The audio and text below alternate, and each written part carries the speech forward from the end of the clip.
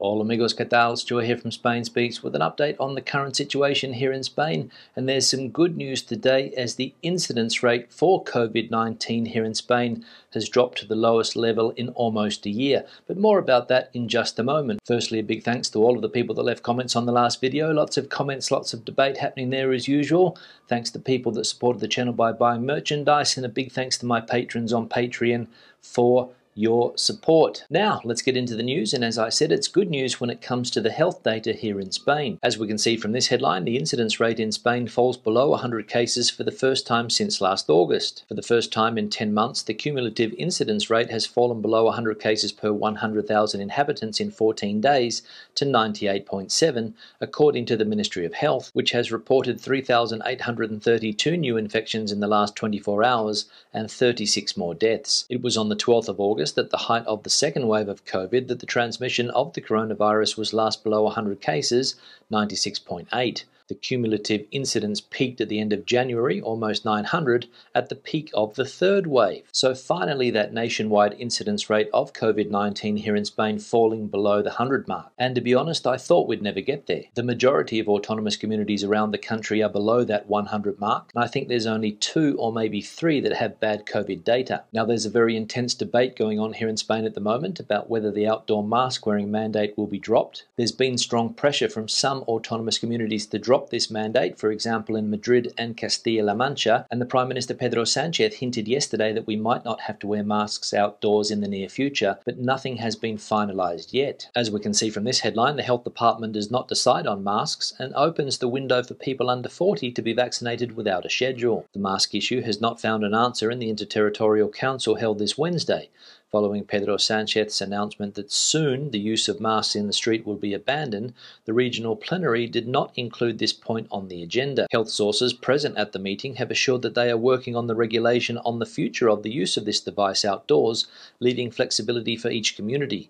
However, they also stated that they are currently working on it and that it will soon be submitted to this body. So, when it comes to wearing a mask outdoors, there's nothing finalised yet, and it looks as though there's going to be 17 different rules and regulations when it comes to this rule. Other European countries, for example France, have recently announced that they are dropping this rule, but here in Spain, as usual, the debate continues. Now, I mentioned a minute ago that some autonomous communities are in favour of dropping the mask rule, but some aren't. For example, Andalusia apparently wants to keep it, and the Valencian community apparently also wants to keep it when you're walking down the street outside. As we can see here, Ximo Puig intends to maintain the obligatory use of masks in the street despite Pedro Sánchez's announcement. The Generalitat Valenciana aspires to have the autonomy to design its own de-escalation of the mandatory use of masks against the coronavirus. The Generalitat Valenciana argues that the obligation to wear a mask on beaches and natural areas should be lifted now, a decision that would benefit the tourism sector before the start of the summer season, and which the Puig government believes should be adopted immediately, given that it has the backing of the experts advising it on the COVID-19 pandemic. However, the Generalitat Valenciana considers that the obligation to wear face protection in the street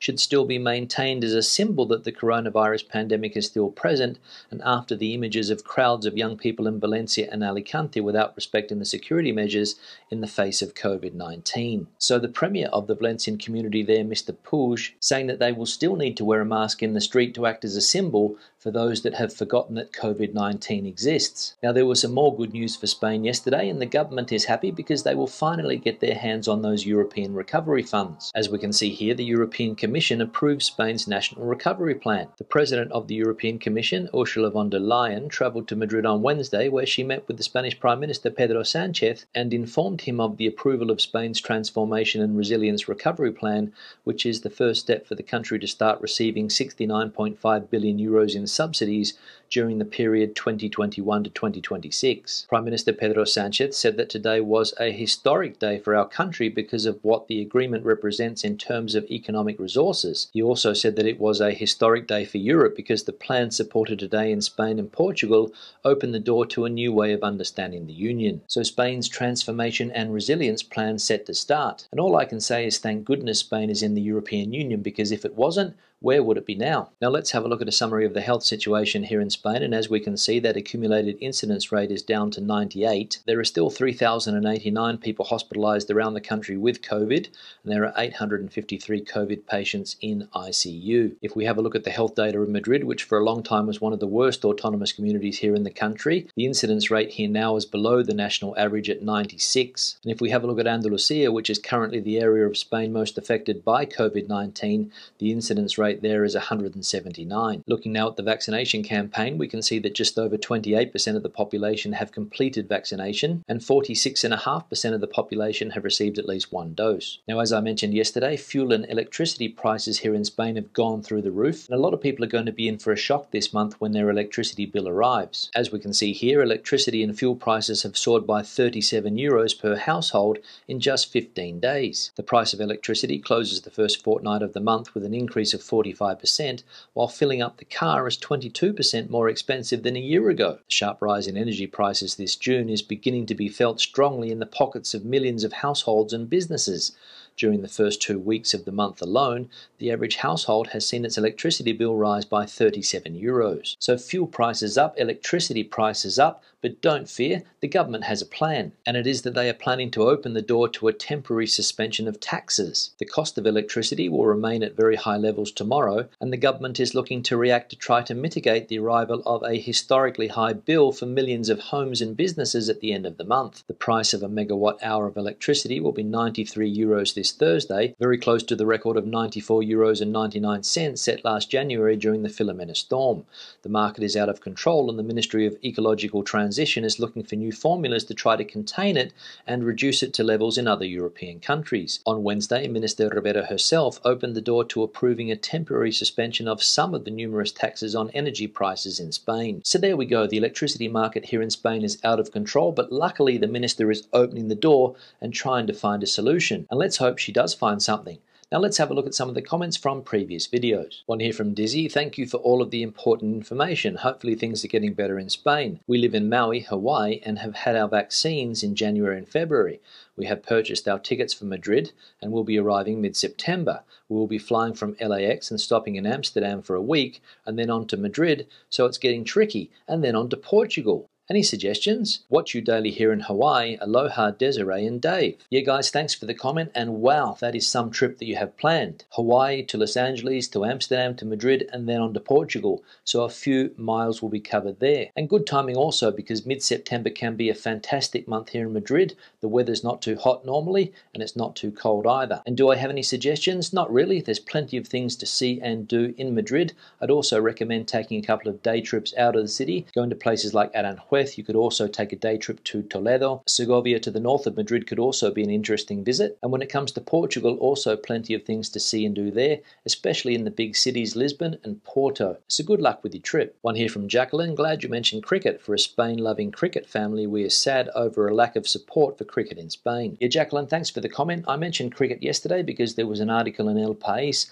about the difficulties that the Madrid Cricket Club have to find a ground. And I saw another comment from somebody saying that that is also a problem in Barcelona. They don't have decent facilities when it comes to playing cricket there either. And I suppose that it's because cricket is a sport that Spaniards are not familiar with. Football is the most popular sport here, followed by basketball, tennis, golf. Another popular sport is paddle, but you don't see too many Spaniards having a hit of cricket. I think it's become more popular here in recent times because the Indian and Pakistani populations are growing here in Spain, and of course they love their cricket. And there's also a few cricket clubs set up in the coastal areas here in Spain: Valencia, Alicante, Andalusia. So not many locals here know about cricket. In fact, most people get it confused with croquet. One here from Luis: gracias Stuart por toda la info que nos ofrece. Now, how is Portugal doing? I'm planning to do El Camino Portugués from Lisbon to Santiago, and I would like to know what info do I need. I'm 72 and had both Pfizer shots. Planning to do it on a mountain bike, and I do not know a lot about the situation in Portugal.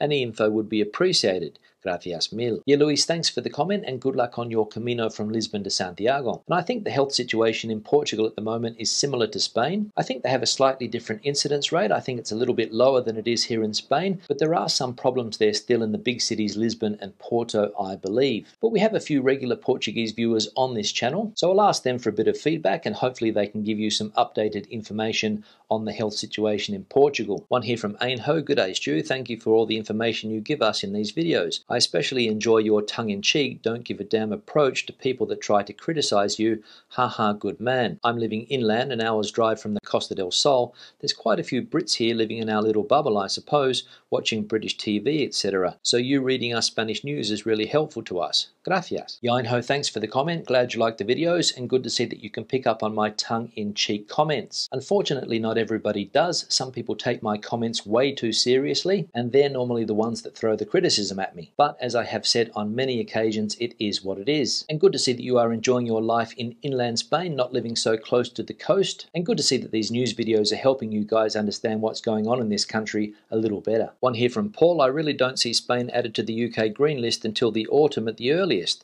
I really fear for Spanish tourism. Yeah, Paul, thanks for the comment, and that does seem to be the case given that Boris Johnson the other day announced that he's pushing back that de-escalation plan given the rise in the Indian variant cases there in England and other parts of the UK.